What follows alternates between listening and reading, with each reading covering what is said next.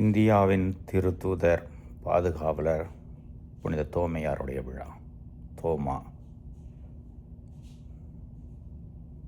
இன்றைய நற்செய்தி வாசகம் ஒரு இனிய ஆன்மீக அனுபவம். நம் எல்லோருடைய வாழ்வில் நடக்கக்கூடியது தான். விசுவாசமற்ற நிலையிலிருந்து விசுவாசம் அறிக்கையிடும் நிலைக்கு போவது. நான் நம்ப மாட்டேன் என்று சொல்லி முதலிலே மறுத்த தோமா, என் ஆண்டவரே, என் கடவுளை என்று அறிக்கையிடுகிறார். அந்த விசுவாசத்தை பகிர்ந்து கொள்ளதான் நம் நாடு வந்து நம் தமிழகத்திலே மறைசாட்சியாக மறித்தவர். நம்முடைய வாழ்விலும் இதே போல அனுபவம் எப்போதும் உண்டு. நோய், திடீர் இறப்பு, உறவு சிக்கல்கள், பொருளாதார தடுமாற்றம்,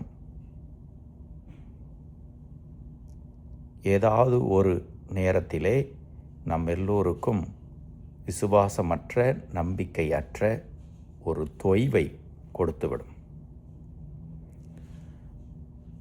ஆனால் நான் உங்களோடு என்றும் இருப்பேன் என்ற கடவுள் நம்மை கைவிடுவதில்லை. பல்வேறு விதத்திலே நம் விசுவாசத்தை ஆழப்படுத்த உதவி செய்து கொண்டுதான் இருக்கிறார்.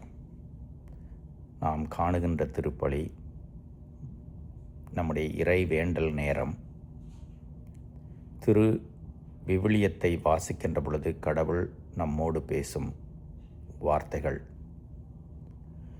குழுவாக கூடி ஜெபிக்கும் திரு அவை, எங்காவது எதன் மூலமாவது நமது விசுவாசத்தை உறுதிப்படுத்துகிறார் கடவுள். நமக்கு செய்தி தந்து கொண்டே தான் இருக்கிறார். அந்த நேரத்தை பற்றி கொள்ள வேண்டும். இதெல்லாம் ஈடுபடாமல் கிறிஸ்து பிறப்பு விழா, திருவிழாக்கள்,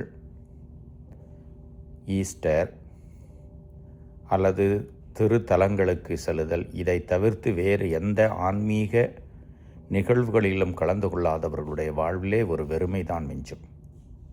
இந்த அனுபவம் கிடைக்காது. புனித தோமாவிடமிருந்து இதை கற்றுக்கொள்வோம். நம் தமிழகத்தையும் நம் நாட்டையும் இறைவனிடம் ஒப்படைப்போம். புனித தோமா வழியாக ஜெபிப்போம். புனித தோமையாரை எங்களுக்காக வேண்டிக் கொள்ளும்.